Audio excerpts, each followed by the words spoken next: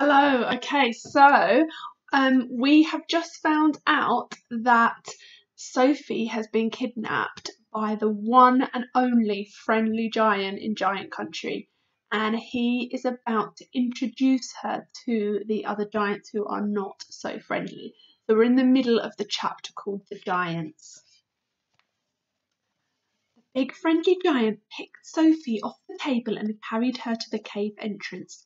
He rolled the huge stone to one side and said, "Peep out over there, little girl, and tell me what you see." Sophie, sitting on the BFG's hand, peeped out of the cave. The sun was up now and shining fiery hot over the great yellow wasteland with its blue rocks and dead trees. "Is you seeing them?" the BFG asked. Sophie, squinting through the glare of the sun, saw several tremendous tall figures moving among the rocks about 500 yards away. 3 or 4 others were sitting quite motionless on the rocks themselves. "This is Giant Country," the BFG said. "Those are all giants, every one." It was a brain-boggling sight. The giants were all naked except for a sort of short skirt around their waists, and their skins were burnt brown by the sun. But it was the sheer size of each one of them that boggled Sophie's brain most of all. They were simply colossal, far taller and wider than the big friendly giant, upon whose hand she was now sitting. And oh, how ugly they were! Many of them had large bellies. All of them had long arms and big feet. They were too far away for their faces to be seen clearly, and perhaps here we have an illustration of what the giants look like, all lazing about outside. "What on earth are they doing?" Sophie asked. "Nothing," said the BFG. "They is just moochling and foochling around and waiting for the night to come. Then they will all be galloping off to places where people is living to find their supper." "You mean to Turkey?" Sophie said. "Bone Crunching Giant will be galloping to Turkey, of course," said the BFG, "but the others will be whiffling off to all sorts of flung-away places like Wellington for the booty flavour and Panama for the hatty taste. Every giant is having his own favourite hunting ground." "Do you ever go to England?" Sophie asked. "Often," said the BFG. "They say the English is tasting ever so wonderfully of crod squallop." "I'm not sure I quite know what that means," Sophie said. "Meanings is not important," said the BFG. "I cannot be right all the time. Quite often I is left instead of right." "And all of those beastly giants over there really going off again tonight to eat people?" Sophie asked. "All of them is guzzling human beings every night," the BFG answered. "All of them except me. That is why you will be coming to an ucky-mucky end if any of them should ever be getting his gogglers upon you. You would be swallowed up like a piece of frumpkin pie, all in one dollop."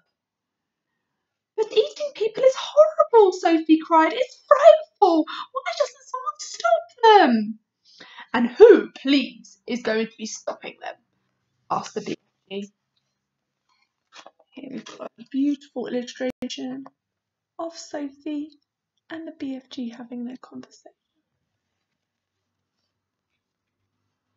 "Couldn't you?" said Sophie.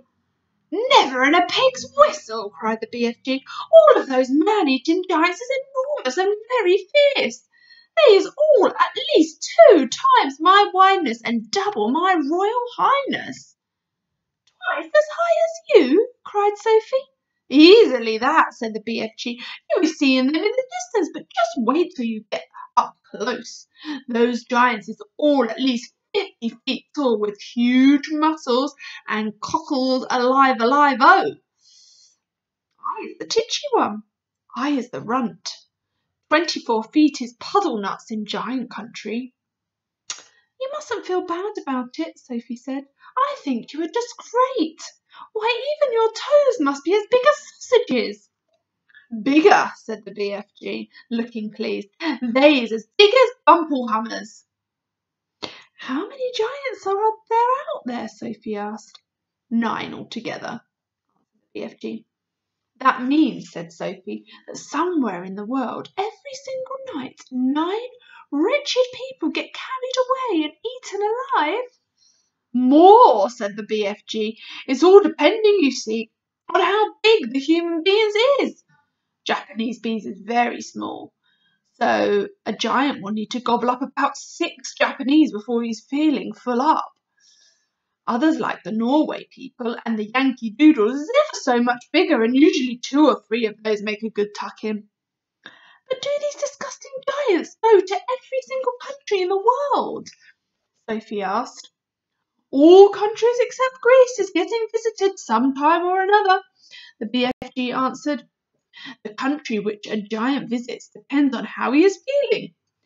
If it is very warm weather and a giant is feeling as hot as a sizzly pan, he will probably go galloping far up to the frisbee north to get himself an Eskimo or 2 to cool him down.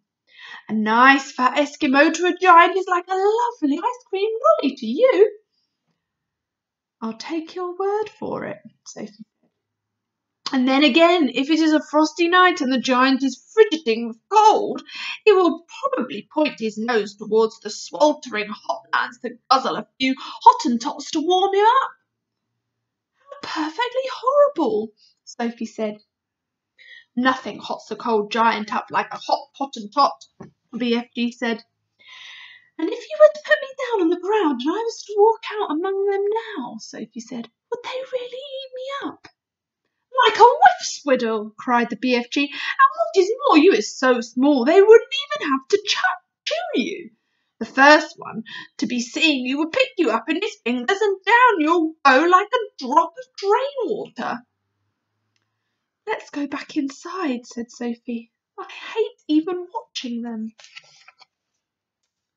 So we will move on to the next chapter next time, which is called The Marvellous Ears.